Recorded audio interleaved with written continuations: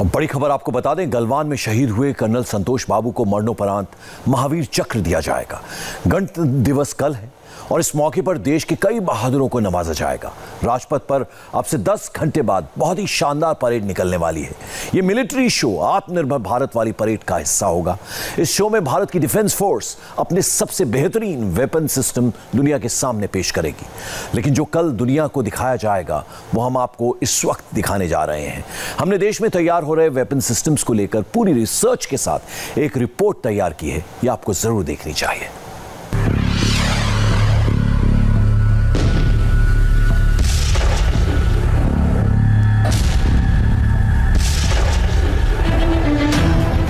ऐसा पहले कभी नहीं हुआ। राजपथ पर एक झांकी सिर्फ और सिर्फ एंटी टैंक गाइडेड मिसाइल पर हो। राजपथ पर यह झांकी देखिए। डिफेंस पर रिसर्च करने वाली देश की सबसे बड़ी एजेंसी डीआरडीओ ने अपनी एंटी टैंक फायर पावर को इस तरह पेश किया है। इस टैब्लो में एक नहीं, दो नहीं, तीन नहीं, बल्कि 5 एंटी टैंक मिसाइलें हैं और सब की सब वर्ल्ड क्लास। तीसरी जनरेशन की ये कौन कौन सी एंटी टैंक मिसाइलें वो देख लीजिए। Nag anti tank guided missile, range है 4 किलोमीटर। इसका हेलीकॉप्टर वर्जन हेलिना, रेंज है 7 kilometre. Man portable anti tank guided missile, range है 2.5 किलोमीटर। हेलीकॉप्टर से लॉन्च की जाने वाली लंबी रेंज की एंटी टैंक मिसाइल, रेंज है 10 किलोमीटर। और अर्जुन टैंक से दागी जाने वाली anti tank guided missile, range है 5 किलोमीटर।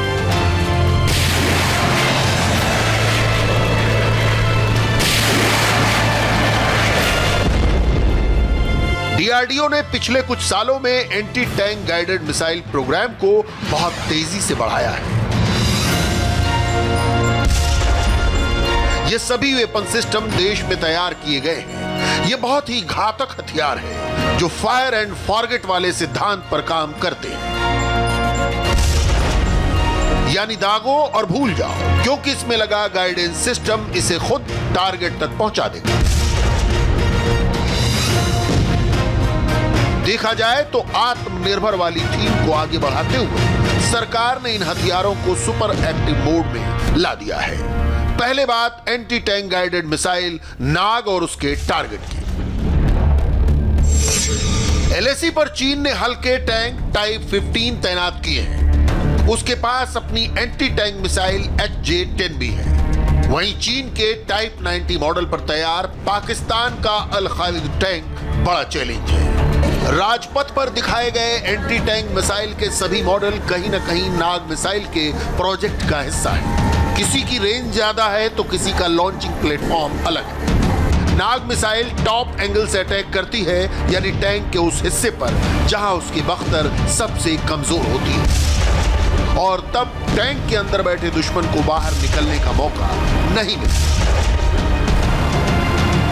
फायर एंड फॉरगेट यानी दागो और भूल जाओ वाली खूबी नाग को तीसरी पीढ़ी की एंटी टैंक मिसाइल बनाती है। ये दुश्मन के टैंक का पीछा करके उसे धुआं धुआं कर देती है।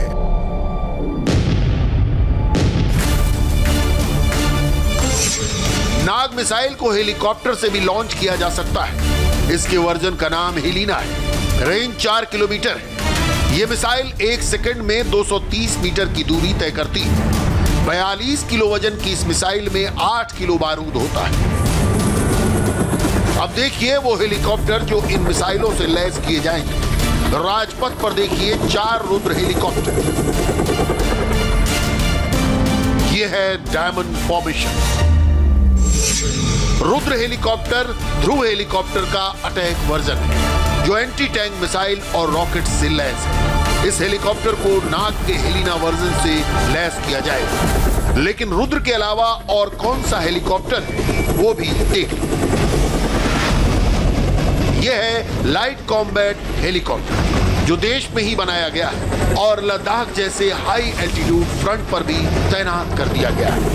लद्दाख में इस वक्त ये लगातार उड़ान भर रहा है, जबकि औपचारिक रूप से ये वायुसेना में शामिल तक नहीं किया गया। LCH यानी लाइट कॉम्बैट हेलीकॉप्टर 6500 मीटर की ऊंचाई पर ऑपरेट कर सकता है। यानी ये हेलीकॉप्टर सियाचिन में भी मिशन अंजाम दे सकता है। 270 किलोमीटर की अधिकतम रफ्तार इसे बेहतरीन लड़ाकू हेलीकॉप्टर बनाती है। इस पर अब एंटी टैंक मिसाइल नाग का हेलीकॉप्टर वर्जन लगाने की तैयारी हो रही है। अगर DBO और उसके आगे चीन और पाकिस्तान की नीयत अगर सियाचिन पर खराब होती है तो ये LCH उनको काउंटर कर पाएंगे, क्योंकि चीन या पाकिस्तान के पास इस ऊंचाई पर ऑपरेट करने वाले अटैक हेलीकॉप्टर नहीं है। अब देखिए नाग का एक और वर्जन। ये मिसाइल रूसी बख्तरबंद गाड़ी BMP-2 पर भी लगाई गई और इसके कैरियर को नामिका कहते हैं। इस कैरियर व्हीकल पर 12 मिसाइलें तैनात रहती हैं, 8 फायरिंग मोड में जबकि 4 स्टोरेज में होती हैं। चीन और पाकिस्तान लगातार अपनी टैंक पावर बढ़ा रहे हैं। यही वजह है कि भारत ने पहले इजराइल से स्पाइक एंटी टैंक मिसाइल खरीदी। तब सेना को मैन पोर्टेबल वर्जन की जरूरत थी। मैन पोर्टेबल वर्जन यानी ऐसी मिसाइल जिसे कोई सैनिक रॉकेट लॉन्चर की तरह चला सके, उसे उठाकर एक जगह से दूसरी जगह जल्दी पहुंचा सके। लेकिन बाद में DRDO ने सरकार को यकीन दिलाया कि ऐसे सौदे की जरूरत नहीं है, क्योंकि भारत जल्द ही इस तरह की मिसाइल तैयार कर लेगा। इसलिए नाग के इस वर्जन पर भी काम चल रहा है। देखा जाए तो नाग ऐसी मिसाइल है जिसने अगर पाकिस्तान के अल खालिद, T-80 और अल जर्रार जैसे टैंक पर हमला किया तो वो मोम की तरह पिघल जाए। चाइनीज टैंक का तो इससे भी बुरा हाल होगा। इसके मुकाबले पाकिस्तान के पास है बख्तर शिकन। ये दूसरी जनरेशन की एंटी टैंक मिसाइल है, जो चीन की anti tank guided missile HJ-8 की कॉपी है। यानी कॉपी मास्टर चीन की भी कॉपी करने वाले पाकिस्तान ने नकल करके बख्तर शिकन बनाई। इसकी रेंज 3 किलोमीटर है और ये वायर गाइडेड यानी तार के जरिए अपने टारगेट तक गाइड की जाती है। हम कह सकते हैं कि एंटी टैंक गाइडेड मिसाइल की बिरादरी में बख्तर शिकन बेहद औसत हथियार है। 1988 में शुरू हुए नाग प्रोजेक्ट की पिछले कुछ सालों में टेस्टिंग तेज की गई और अब ये सेना का हिस्सा बनने की ओर बढ़ रही है। राजपथ पर एक मिसाइल पावर के बाद देखिए जय विज्ञान के फ्रंट पर और क्या क्या है। यह है INS विक्रमादित्य से टेक ऑफ करता हुआ देश में बना फाइटर जेट तेजस। ये वो टेक्नोलॉजी है जो बहुत कम देश हासिल कर पाए हैं। एक एयरक्राफ्ट कैरियर पर किसी विमान की लैंडिंग और टेक ऑफ बहुत ही क्रिटिकल टेक्नोलॉजी हासिल करने के बाद मुमकिन है और भारत ने ये 2019-2020 में करके दिखा दिया, जब अरब सागर में तेजस का नेवल वर्जन INS विक्रमादित्य पर उतरा था और फिर उसने टेक ऑफ भी करके दिखाया। ये टेक्नोलॉजी अभी सिर्फ रूस, अमेरिका, फ्रांस, ब्रिटेन और चीन के पास थी और अब भारत अरेस्टेड लैंडिंग और कैरियर से शॉर्ट टेक ऑफ करने वाला छठा देश है।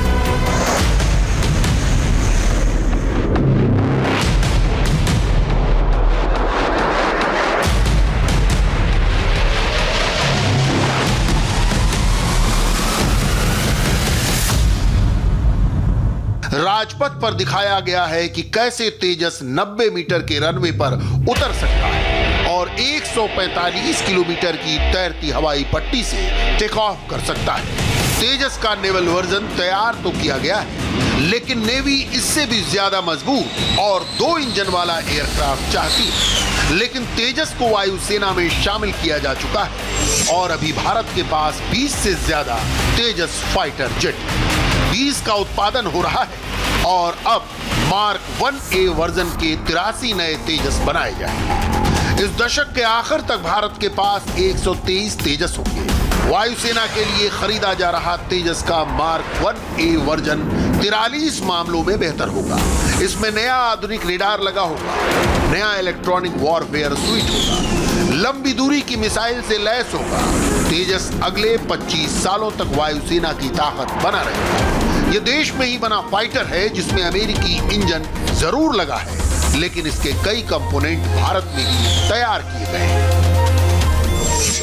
तेजस 2000 किलोमीटर प्रति घंटे की रफ्तार से उड़ सकता है। इसमें BVR यानी बियॉन्ड विजुअल रेंज मिसाइल लगी है। यह 80 किलोमीटर की दूरी से दुश्मन के विमान को निशाना बना सकता है। 5000 किलो से ज्यादा बॉम्ब और मिसाइल से ये 800 किलोमीटर के दायरे में हमला कर सकता है। रिफ्यूलिंग के साथ इसका दायरा 2000 किलोमीटर से ज्यादा हो जाता है।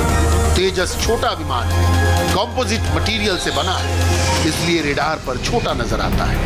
तेजस ने खुद को हर जगह साबित किया है। यह -40 डिग्री तक के तापमान में भी ऑपरेट कर सकता है। ये लेह या थॉयस जैसे एयरबेस से भी आराम से टेक ऑफ कर सकता है। ऐसे में चाहे रेगिस्तान की गर्मी हो या लद्दाख में जमा देने वाली ठंड, देश में तैयार किए गए तेजस के सभी सिस्टम कामयाब हैं। Battle of Bengal